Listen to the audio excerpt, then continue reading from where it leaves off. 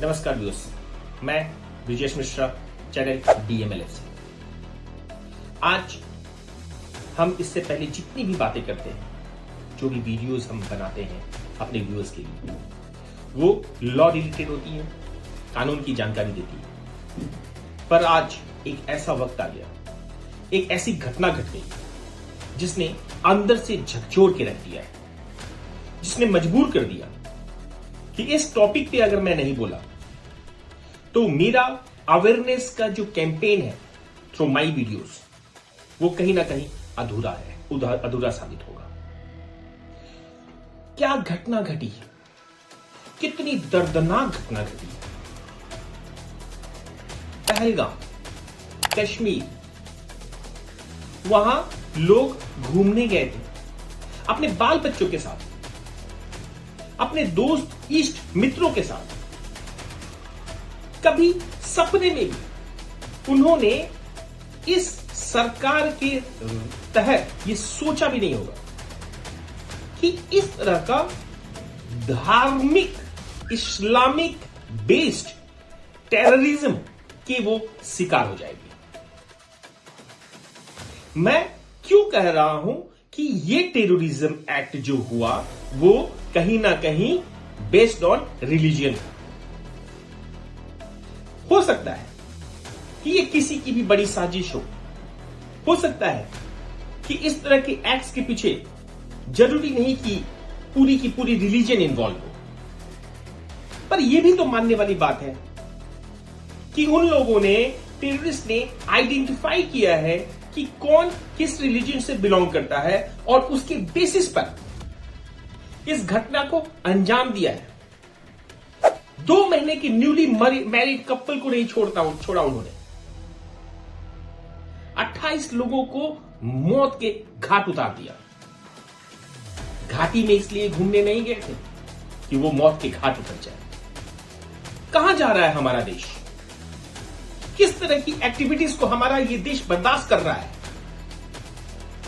आज इस वीडियो के माध्यम से मेरी अपील रहेगी कि हम सेकुलर कंट्री करते आए हैं और चलते आए हैं और इसी कंसेप्ट पे रहते आए हैं।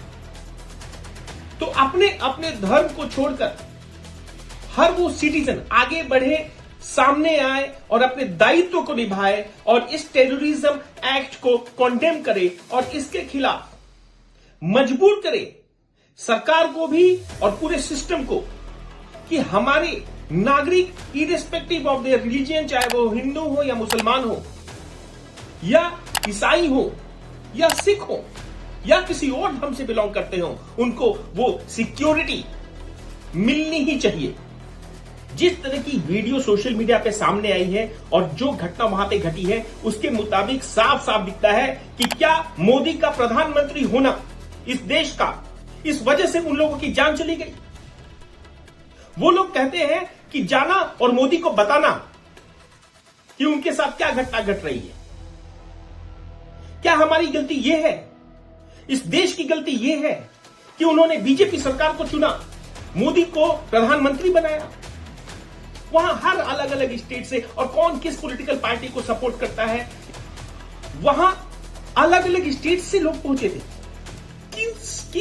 किन लोगों की क्या क्या विचारधारा है, कौन किस पार्टी को सपोर्ट करता है, इन सब चीजों को बिना जाने आप एक छत के नीचे, एक सिनारियो के नीचे आप लेके आते हैं और कहते हैं कि जाके मोदी को बताना, हम तुम्हें इसलिए छोड़ रहे हैं। मोदी को बोलना बचाओ। जरूरी तो नहीं था कि वहां पे जितने लोग मारे गए उन्होंने मोदी को ही वोट किया होगा। अगर इस तरह की एक्टिविटीज को बढ़ावा मिलता रहा, अगर इसको कंडेम नहीं किया गया आज के आज, अगर आज हम अपने दायित्व से पीछे हट गए नागरिक होने के नाते इस देश के, तो ये एक हमारी आने वाली पीढ़ी के लिए हम छोड़ के क्या जाने वाले हैं उसका एक हम उदाहरण प्रस्तुत करेंगे। सेकुलर सेकुलर सेकुलर सुन के कान पक गए हैं इस देश में। क्या ये सेकुलरिज्म है? जब कोई इस देश में जो मेजोरिटी रिलीजियन है हिंदू, जब वो कोई गलत काम करते हैं या कहीं गलत पाए जाते हैं तो हमारे ही हिंदू भाई सामने आकर निकलकर कॉन्डेम करते हैं उस चीज को कि इसको रिलीजन से मत जोड़िएगा। और ये सही भी है। और इस पर हम क्या कहें, इस घटना को हम क्या नाम दें? अरे पैंट खोल खोलकर चेक किया जाता है।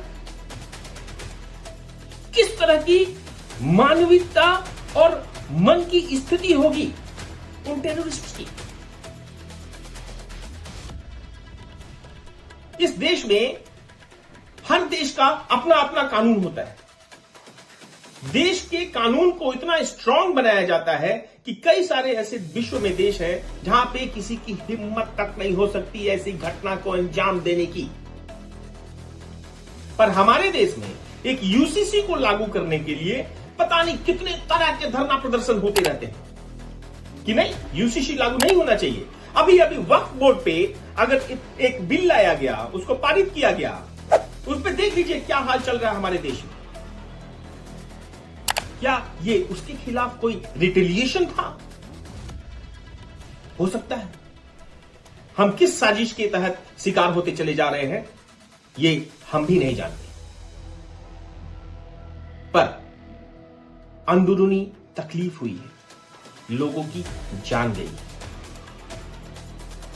और इस तरीके से जान जाना ये बहुत बड़ा एक ऐसा हादसा हुआ है इस देश में जिसे यूं ही नहीं जाया किया जा सकता। उंगली उठाने को मजबूर करता है कि क्या टेररिज्म का भी धर्म हो सकता है।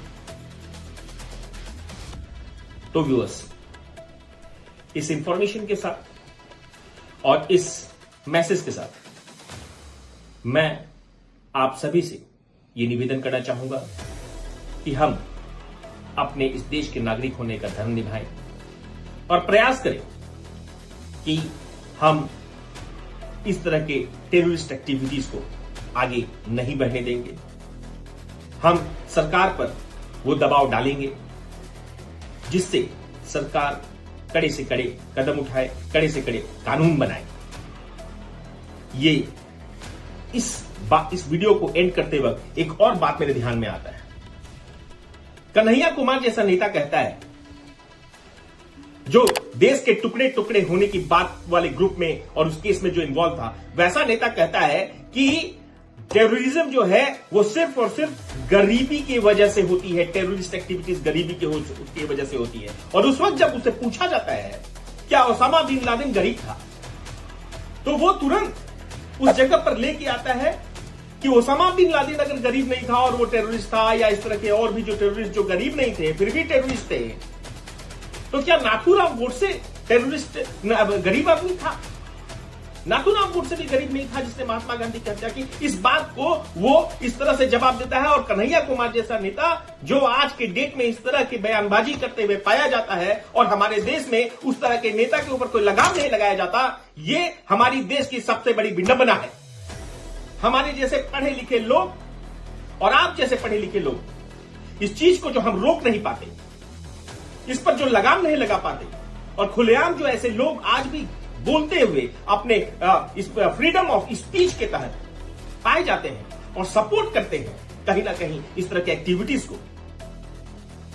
क्या कहते हैं, देश की यही विडंबना है। कानून ही कुछ ऐसा है हमारे देश का, हम रोक ही नहीं पाते इन चीजों को। तो इसी मैसेज के साथ हम रिक्वेस्ट करेंगे आप सभी से